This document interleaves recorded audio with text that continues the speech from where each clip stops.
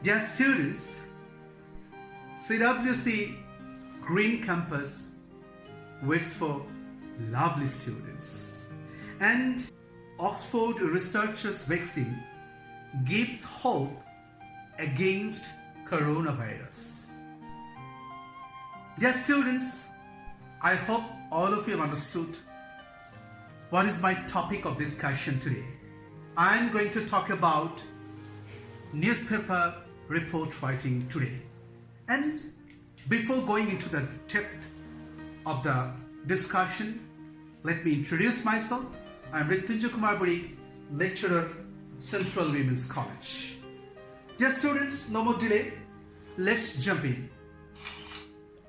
First of all, let's see the outcome of our class today. After the completion of the class, we will be able to learn all the details about writing a report. What do you mean by report writing? Report is truly a medium of conveying information to the readers, either through electronic media or through print media. Students, there are three different purposes of writing a report: to inform people, to make people conscious, and to recommend for specific action. Whenever a reporter writes a report, he tries to keep the purposes in his mind. And these are the key features of a report. A report should be short, accurate, unbiased. A report should be unique, and last of all, it should be objective. Anyway, there are two different types of news report. One is hard news and the other one is soft news. And we have seen that investigative report, accidents report, and political report, these are all hard news, soft news. And we have seen that fashion report, business report, and sports report all are soft news. Okay, dear students, these are the mass queries of a report. A reporter must have to find out the answers of the following queries: what, where, when, why, how, and who. So let's talk about the key elements of a report. A report begins with a headline, and the headline tells what the story is about. In the headline, we should not forget to use the following principles. Start the headline with the use of a subject and verb. Use adjective if possible. Use number as well. And use of semicolon is also appreciated.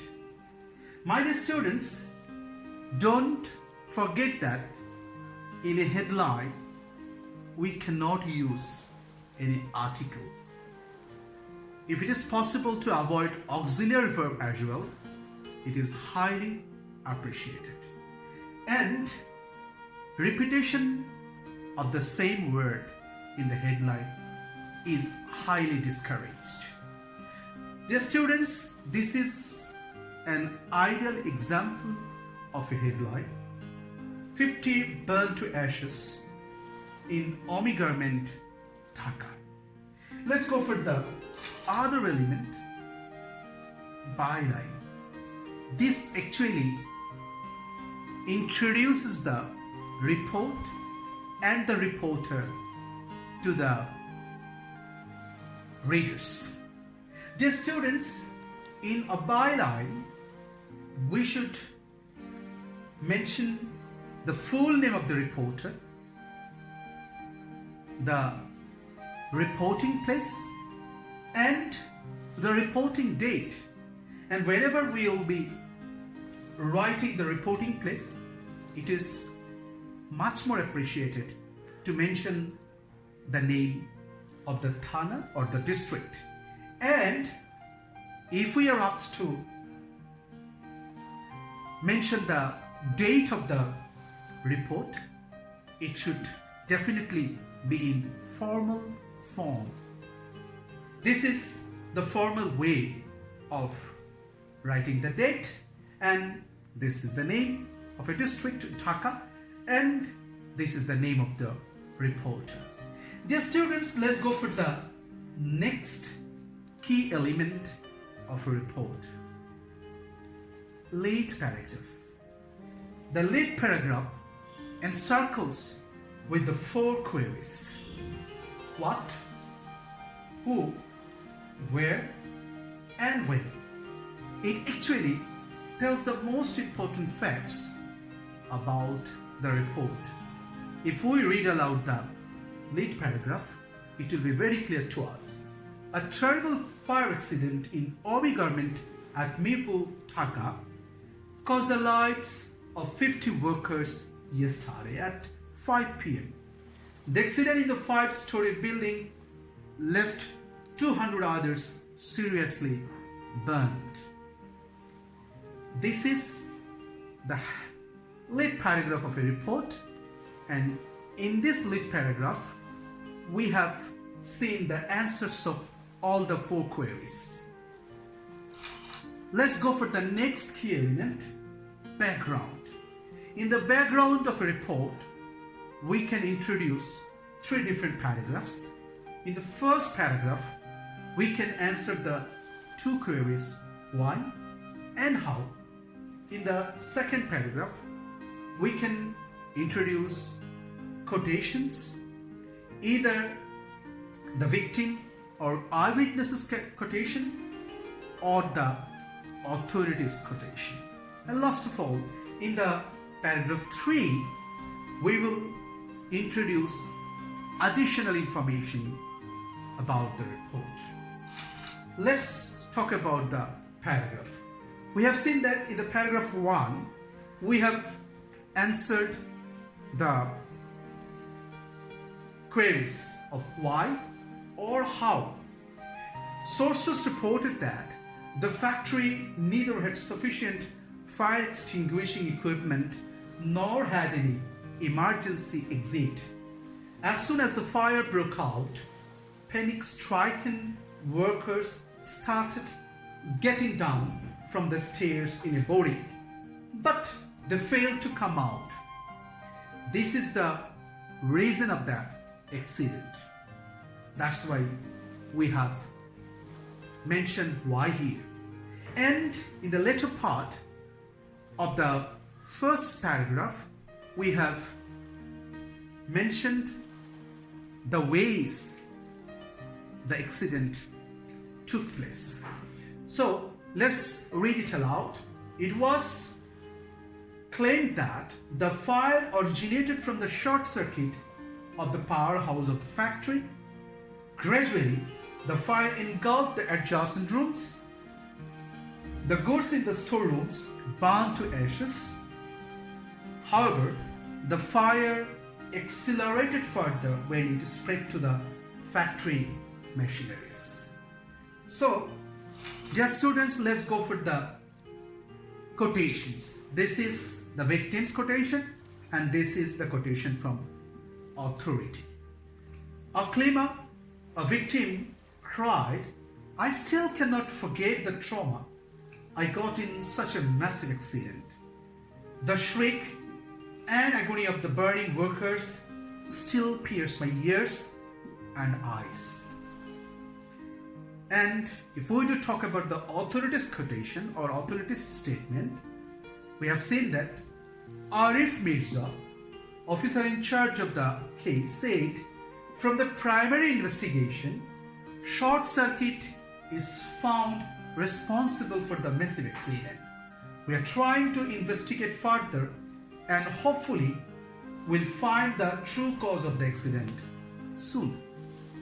So dear students, this is the extended information that we have mentioned in the third paragraph of the background story. However, all the burnt workers were sent to the nearby city hospital.